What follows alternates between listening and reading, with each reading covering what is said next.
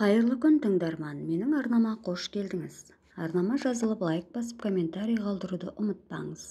Көптен көп рахмет.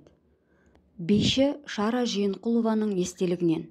Алматыны алманың атасы десе дегендей ақ, жас кезімнен есімде қалған бір нәрсе алыстан алма иісі аңқып тұрушы еді. Мен осы Алматыда 1912 жылы дүниеге келіппін. Менің әкем Баймолда Жиенқұлұлы 3 ағайынды кісі. Ағасы Байбұлан, інісі Нұрымбай. Қарқаралы уезі Шұбартау болысынан ертеректе көшіп келсе керек.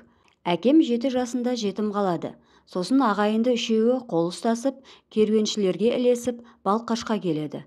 Одан ілеге балық тартқан балықшыларға жалданып, осы іле бойында қалып қояды. Үлкен атамыз Байбұлан көпеске приказчик болып жұмысқа тұрады. Ал менің әкем көпестің егінін оратын малайы болып жалданады. Егіншілік жұмысқа жарымаған соң көпестің атын айдайтын көшір болады. Жылдар өтеді. Еті тірі ағайындылар әлденіп, қор жинап, өз алдарына тіршілік ететін күйге жетеді. Ақылдасып, Алматыға көшіп келеді. Бұл жерден қора-қора жай сатып алады. Әкем Баймолда 2 әйел алған. Бәйбішесінен 14 қыз туған. Ұл болмағанға қапаланып, сақалынан жасы сорғалап жүргенде, менің шешем Тыныбаламен кездейсоқ ұшырасады. 15-ші қыз болып дүниеге мен келіппін. Алайда Тыныбала шешем оның сүйіп қосылған жары болған соң онша ренжімейді. Ат шаптырып той жасайды. 16-шы қызы Хадиша туғанда сақалын жұлып жылапты деседі.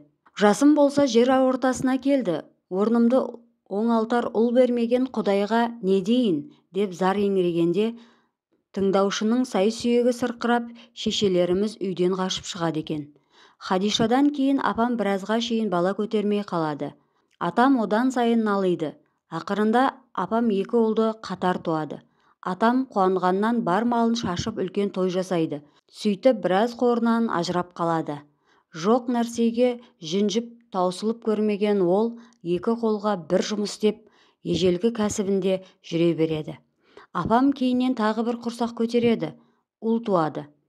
Әнуарбек, Жорабек, Талғатбек атты ұлдары болғасын атам көңілденіп шайқала бастаған тұрмысын қайта қаз тұрғызады.